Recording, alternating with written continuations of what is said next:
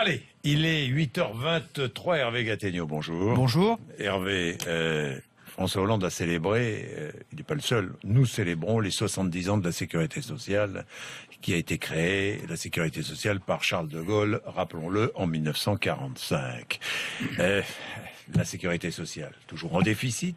Et vous dites ce matin, le déficit de la Sécu n'est pas un problème. Pourquoi ? Je crois qu'on a tort d'intérioriser une vision comptable de l'économie et de la société. Et c'est souvent le cas dans le débat sur le déficit de la sécurité sociale.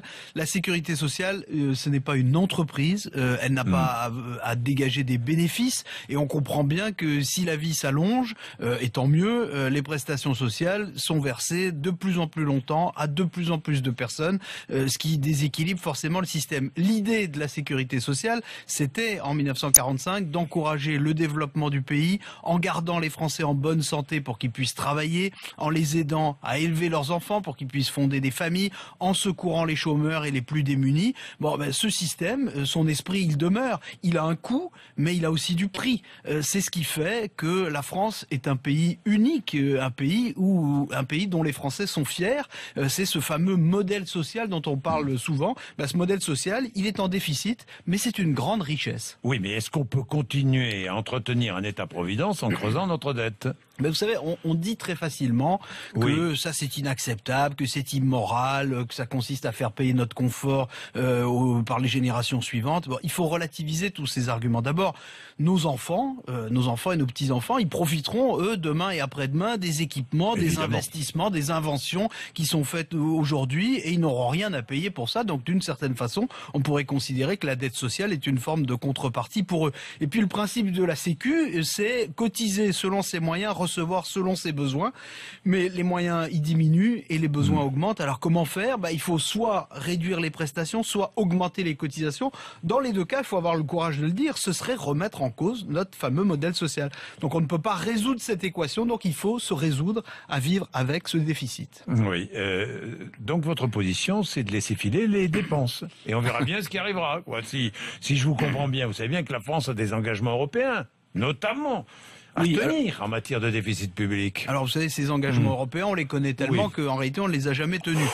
Cela dit, ce n'est évidemment pas une raison pour ne pas faire d'efforts. La protection sociale, il faut le dire, elle a vocation à être en déficit, parce que les indemnisations de toutes sortes, ce sont les attributs des sociétés développées, et par ailleurs les coûts de la médecine ne cessent d'augmenter, et tant mieux parce que la médecine est de plus en plus performante.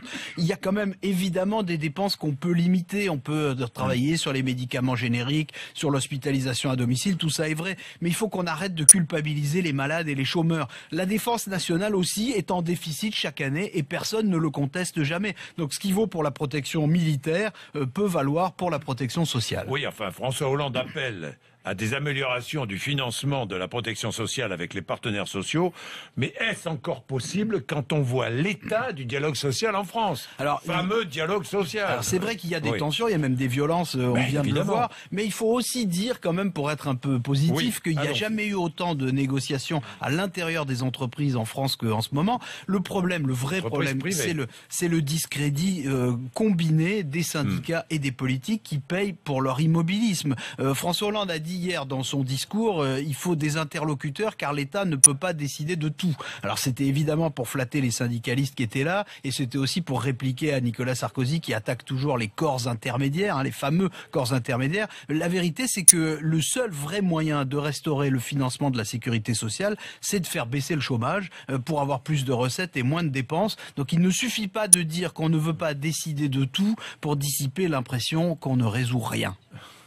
Merci Hervé Gattegno. 8h27.